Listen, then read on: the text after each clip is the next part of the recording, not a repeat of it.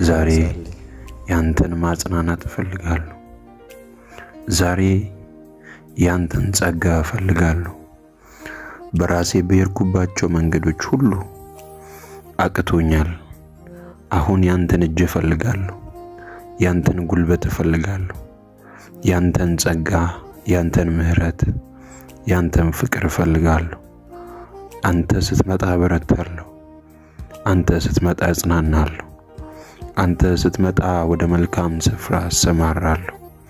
ጌታዬ ሆይ አሁን ልቤ አንተን ይላል። በሙሉ ልቤ እፈልግሃለሁ። ቤቴ ላይ፣ ስራዬ ላይ፣ ትዳሬ ላይ፣ እንቅስቃሴ ላይ፣ ትምህርቴ ላይ፣ ፕሮሰሴ ላይ ያንተን ኃያሉን ስምህን እጠራለሁ። ኤልሻዳይ፣ አዶናይ፣ ኤሎሂም፣ ያህዌ በቤቴ ላይ፣ በሕይወቴ ላይ